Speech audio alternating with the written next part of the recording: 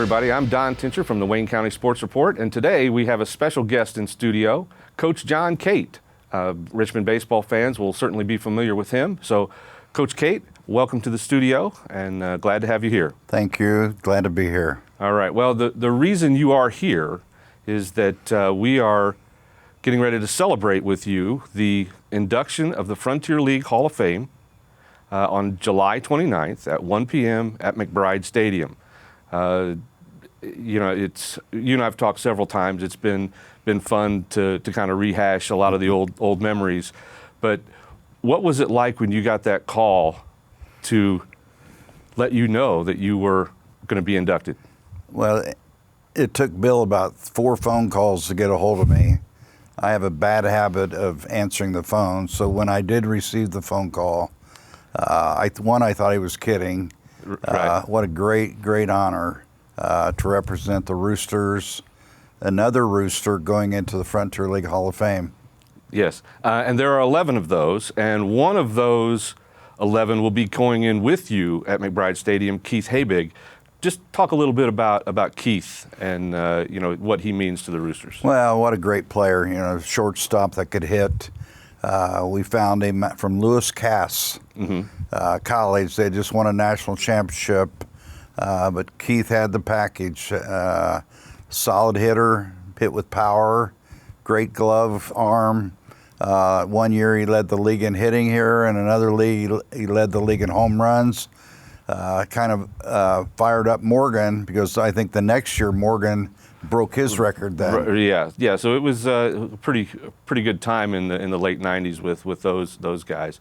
Well, what does it mean for you to go into the Hall of Fame with the Roosters? Well, when you talk about it's more than me, so many people were involved to be a part of getting the Roosters won and to sustain it as long as we did in a small city compared to the other cities in the league. So it took a lot of hours, a lot of people doing multiple jobs. But I think anybody that remembers the Roosters in the prime, in 95 to 2000, hey, what a great time for baseball in Richmond. Yeah, no question about that. And that was about the time that I started working as the beat writer for the Roosters for the Palladium Item. So I got to be involved in a lot of that stuff, and it was a great time for the city. Now, you mentioned Bill. And that, of course, is the old commissioner of the league. I guess we don't want to say old, right? But he is the old former commissioner of the Frontier League. Can you talk a little bit about how your chance meeting with him led to the formation of the Richmond Roosters? It was a weekend. It was on a Sunday afternoon.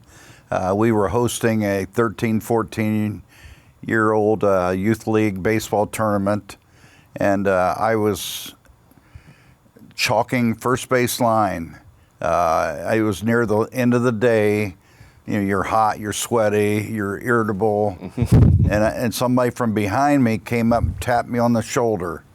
And I looked around, and he said, "I hear you're the person I need to talk to about bringing professional baseball to Richmond." I said, "Yeah, right." He said, "Oh no, I'm serious. Look up in the stand, the blonde eating the popcorn's my wife, Kathy. When you're done, come up and let's talk." Yeah. And soon after that conversation that day, the wheels were set in motion for the Richmond Roosters. Well, that was on a Sunday. By Tuesday, we had got a hold of Roger Cornett, Bob Van Pelt, Scott Porter, myself. We all met at Scott's real estate office there on A Street, and that was the start of the Richmond Roosters. Yeah. Now, I know during your time of the Roosters, talk a little bit about, you are going into the Hall of Fame as a contributor, but you've had so many roles with the Roosters. Can you talk about what exactly you did? I mean, I know obviously the manager was the one that people saw, but there were a whole lot of other things that you did. Contributor probably defines as a lot of jobs that nobody else wanted to do, Right. and you didn't get paid. But from early morning, getting the field ready, any outside the concourse job to putting teams together to make sure we're uniform. We have plenty of inventory of balls, bats, anything dealing with the baseball team. So, and of course, getting players. We mentioned earlier that there are 11 Roosters that are in the Hall of Fame. There are 9 players. You and Duke Ward will be in as contributors. But the first 2 inductees for the Hall of Fame in 2014, Morgan Burkhart and Fran Reardon, and they were, in the late 90s. Talk a little bit about what those guys meant to the team, and then the fact that you're going to join them in the Hall of Fame. Well, Morgan, I think Peter Gammons with ESPN and MLB station calls him the Babe Ruth of the Frontier League of independent baseball. Right. How fitting of description. Morgan came to us as a 180-pound left-handed, switch hitting, left-handed thrower, first baseman, and boy, could he hit. Just a great, great hitter, never satisfied, always wanted to be better, never became satisfied. But Morgan would report early each year to get extra swings in. Great example, he would report the Richmond High School team would come out and practice. They would get the field prepped after a practice, and Morgan's still in the cage swinging the bat. Yeah, and by chance, you were probably pitching to him, right? Oh, I was pitching. He always said, "You have another bucket in you." Yeah. Another story. I'd had scope on my knee, and Morgan was a hitter selected to be in the home run derby, and I'm in the hospital. Right. And he said, "You're going to come, right?"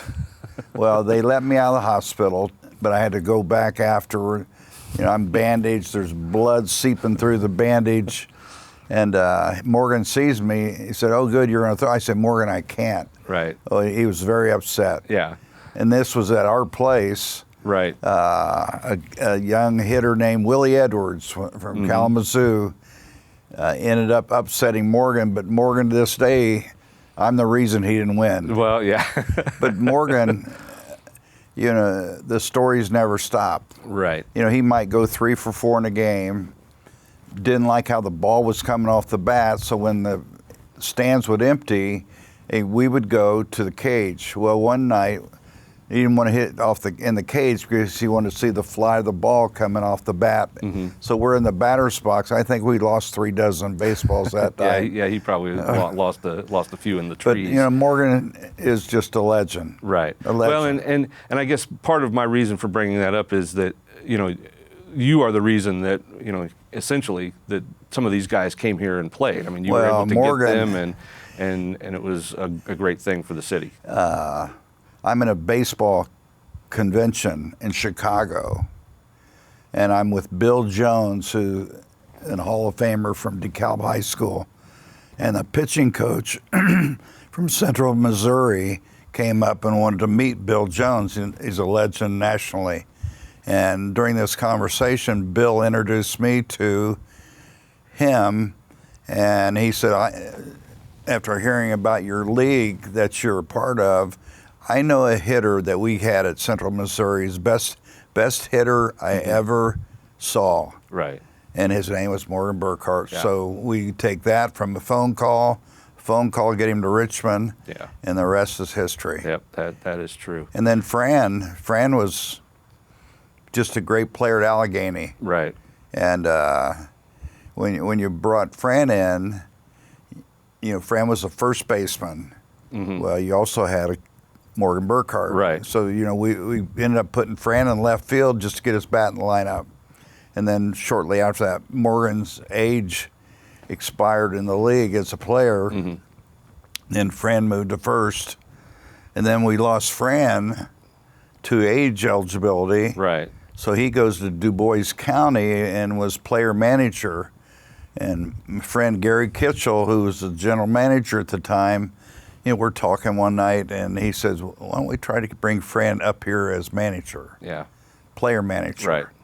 So history, we get Fran up here as player manager, and that leads us That leads us into the back-to-back Frontier League championships that he was the manager for that team, and again, that's another form of just the things that you were able to do here for the city. Now, one other thing you mentioned some history stuff, and I know that you're not fond of talking about yourself too much, but I would like for folks to know you are a Richmond High School graduate, and could you kind of take us from being a Richmond High School graduate to where we are today?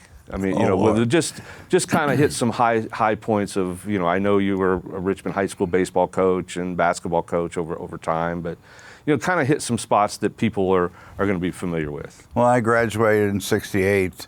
I was very, very fortunate to be around some great coaches and some great teammates, but our '67 high school football team was mythical state champions. And a few pounds ago, I was a quarterback. But I played basketball for 2 years under Coach Baumgartner. I played football with Coach Etchison, and then baseball with Coach Rodich. And what three better coaches that I had the opportunity to play for that I could just get knowledge of. Hopefully someday I could be a coach. Right, and you eventually went to Belmont, correct? And then followed back to Richmond High School as the head baseball I graduated coach. from Ball State. In between games of a doubleheader, Dave Land, who's a Hall of Famer in the High School Football Coach Association, he meets me between games and introduces himself, and he said, I hear you were the quarterback at Richmond for Coach Etchison. We're starting a football program at Westdale. Why don't you come and be on my staff? So I was hired for my first teaching job as a football coach in between games of a doubleheader. Well, 1 year at Westdale, and then I went to Belmont for 10 years. Yeah, 10 years. Assistant basketball coach, and then head baseball coach my last 5. And then from Belmont, I went to Connersville for 1 year, knowing that I was going to be the next head baseball coach at Connersville. But in the meantime, Coach Harris, Carl, had resigned here at Richmond. Okay. So Mr. Hilton, Charlie Hilton, and Coach Griff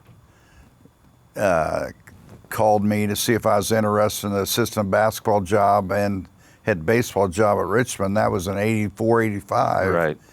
So from '85 to '95, I was the Richmond baseball coach, and 7 of those years I was Griff's assistant. Right. And, obviously, you led the Red Devils to some state final appearances in baseball and also in basketball as an assistant. So I was blessed. Yeah, and there's no question. And then, of course, we get to the Richmond Roosters and the reason we're talking here today. So, but I really appreciate you coming here to the studio, and it's been wonderful to be able to sit with you here recently and talk about all of this stuff, because frankly, Bill was calling me to try to get a hold of you. So and then you called my wife. Well, yeah, exactly. Then we knew how to figure it out. So, but anyway, really appreciate all the time here in the studio, and it's been great to chat with you. And so to close out, I'm Don Tincher of the Wayne County Sports Report, and thanks for watching.